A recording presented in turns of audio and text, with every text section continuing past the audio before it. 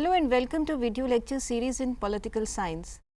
Today we are going to discuss chapter 2 titled as End of Bipolarity from your class 12th textbook Contemporary World Politics.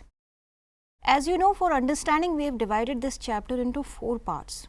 So far in the first 3 parts of this chapter we have discussed about what was bipolarity, what was the Soviet system, what were the features of Soviet economy, and what problems emerged in the Soviet system, and how did Soviet system started to collapse from early 1980s onwards, and also who attempted to reform it. Today we will discuss what reforms did Gorbachev initiate and how far he was successful in bringing about change in Soviet system. Now, as you know that Mikhail Gorbachev became General Secretary of the Communist Party of the Soviet Union in 1985. Communist Party of the Soviet Union was the main party that was deciding about the everyday affairs of Soviet polity, economy and society.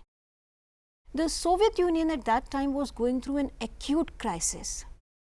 Gorbachev, when took over as General Secretary, he realized that there was a need to reform and solve the problems of stagnant Soviet economy.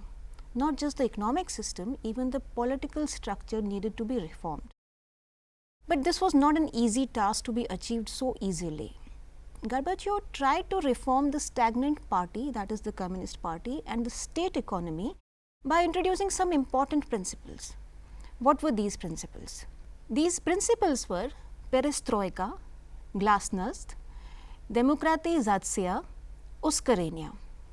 Now, these are principles which are pronounced in Russians like this. These principles were launched at the 27th Congress of the CPSU, Communist Party of the Soviet Union, in the month of February 1986. These principles were introduced in order to overcome the economic stagnation by creating a dependable and effective mechanism for accelerating economic and social progress. Now, let us discuss perestroika and glasnost in detail. Perestroika in Russian is translated as restructuring in English. Perestroika was instituted in the middle of 1980s to restructure Soviet economy and political system. Now, what Gorbachev did, he proposed to reduce direct involvement of the Communist Party leadership in the country's governance, and he wanted to increase the authority of the local governments of the other constituent republics and even within the Russia. He attempted to bring the economy of Soviet Union at par with some of the developed capitalist countries such as the United States, Germany and Japan. Gorbachev decentralized economic controls and he encouraged enterprises to become self-financing. In 1988, Gorbachev introduced glasnost, which means in English openness. Now, glasnost gave Soviet people freedoms that they had never experienced before in their life. In fact, for last 40 to 50 years since Stalin's regime. They were living under authoritarian regimes and strict state censorship so far. Glasnost or openness gave them greater freedom of speech. The press became far less controlled as compared to the past. Thousands of political prisoners and many the so-called dissidents were released from jails. There was openness in the field of arts and literature as well. And Gorbachev also restored religious freedom in 1988. Gorbachev's goal in undertaking glasnost was to pressurize conservatives within the CPSU who were trying to oppose his policies of economic restructuring. And Gorbachev was the opinion that openness will open up channels for debate, discussion and participation of people in everyday life. He thought that openness will democratize the system and it will also make people stakeholders in the process of transformation of the Soviet Union. So, what he thought that through these initiatives, the Soviet people would support his attempts to reform the Soviet system. Now, although Gorbachev had attempted to reform Soviet economy and political system, he also attempted to improve the relations with the West, particularly the US, and make the Soviet system more democratic, but his attempts were criticized by many people. Why? In fact, his efforts had an effect which neither he nor anyone else had imagined. Now, what were these effects or what were these consequences? Let us have a look at them. One of the important consequences was that one after another, people in the Central and Eastern European countries started to protest against the authoritarian governments within their own countries, and they also started protesting against the Soviet domination. Gorbachev, unlike in the past when the Soviet Union would suppress any form of opposition, did not interfere in these nations when the disturbance occurred. Earlier, Soviet military and Soviet army had crushed many demonstrations in the Soviet dominated eastern part of the Europe, such as they had crushed demonstrations in East Berlin in 1953. They did the same thing in Hungary in 1956 and in Czechoslovakia in 1968. In fact, Soviet military planners were involved in the Polish plan for martial law in 1980. So, Soviet troops remained stationed throughout the Eastern Europe part as a guarantee of Soviet security and as a reminder of Soviet dominance to the people in Eastern Europe all over these countries. But this time what happened? When the disturbances occurred, the Soviet Union did not intervene militarily to stop the civil unrest. And hence what happened, the protests started to spread very quickly. The people in the countries of the Eastern Europe were demanding independence from the Soviet control. They expressed their anger against the oppression done by the Russians. Quickly, the conflict erupted all over and the communist regimes in the Eastern Bloc collapsed one after another. Look at this cartoon. It shows that many of the leaders of the communist regime could have been standing on these pedestals. But if you look at the extreme left, Russia, Poland, Romania, Bulgaria, Hungary, East Germany and Czechoslovakia. Among all these nations, the leadership has gone. Only China, Korea, North Korea and Cuba is left. And the cartoon says, and then there were three. Only three regimes were left of the Second World. In 1989, Poland was the first country in Eastern Europe to throw off the shackles of communist regime. On 9th November 1989, something historic happened. Thousands of jubilant Germans brought down the most visible symbol of division, the physical representation of the Iron Curtain at the heart of Europe, the Berlin Wall. Just as the wall had represented the division of Europe between East and West, its fall represented the end of Cold War. Now look at this picture. This picture shows thousands of people have been gathering and they have been standing on top of the wall. The picture has again once been taken from the western side of the Berlin, because you can see all these graffitis on the wall and people are standing atop. In the next picture, you can see that people from eastern part of the Berlin have climbed on the wall and they are looking at the western side. And the fall of the Berlin was cause of celebration and anxiety on both the sides. In the next picture, you see the picture has been taken from the eastern side of the wall. The reason here is that you don't see anything on the wall as compared to the western side, because under communism there was a censorship and there was a ban on expression. People were not allowed to express them freely, hence the wall is all blank. Whereas when you compare the wall on the west side, it is all full of graffiti and slogans. The wall was brought down like this, it was opened up from some places and in some places it was broken down like this. Along with these developments, crisis also increased within the USSR, which means among the 14 other countries that constituted the USSR. Now interestingly, Gorbachev was caught between two extremes.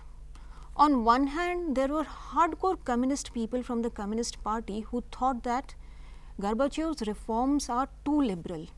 On the other hand, there were radicals like Boris Yeltsin who thought that Gorbachev has not done enough. When the protest among the countries of the USSR started growing beyond control, what happened? Gorbachev attempted to stop the disintegration of USSR. Now, for some period of time, he did not send forces to any of these areas or countries. But then, at this time, after the crisis started to go beyond the control, he sent forces against the protesters in the Baltic countries. However, it was too late by then. In fact, Gorbachev wanted to strike a balance between the interest of various peoples and parties within the Soviet Union. He thought of giving them greater autonomy to the republics within the Union, but he still wanted to keep the Union intact. But by this time, the situation and the conditions in most of the Eastern European countries and the republics of the Soviet Union had changed. The people who were exposed to the freedom after a long period of time did not want the old style of dominant rule of the Communist Party to come back. Now, what happened? Interestingly, a twist of things happened. Supported by the Communist Party hardliners, a coup took place in 1991.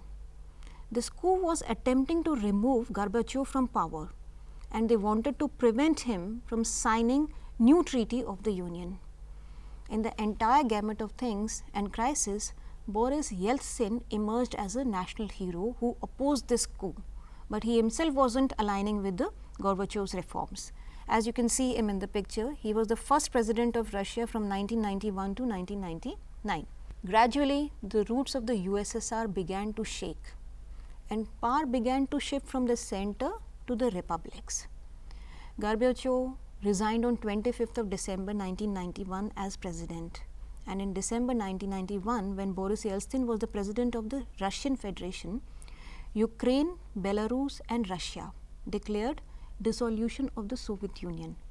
The Communist Party of the Soviet Union was banned. The Central Asian republics wanted to remain within the Soviet Federation, and the declaration of disintegration of the USSR and formation of CIS, that is Commonwealth of Independent Nation, came as a surprise to them. Boris Yeltsin transformed Russia into a free market economy. He adopted privatization and policy of liberalization.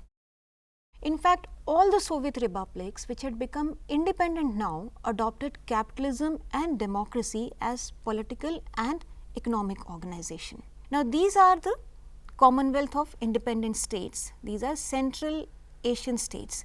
The important ones are Kazakhstan, Uzbekistan, Turkmenistan, Kyrgyzstan and Tajikistan. Now, Russia naturally was accepted as a successor state of the Soviet Union. In fact, it was quite obvious because Russia was the most dominant state in the USSR, territory wise as well and population wise. It inherited the seat of the Soviet Union in the UN Security Council. Russia also accepted all the treaties and commitments that were signed by the Soviet Union.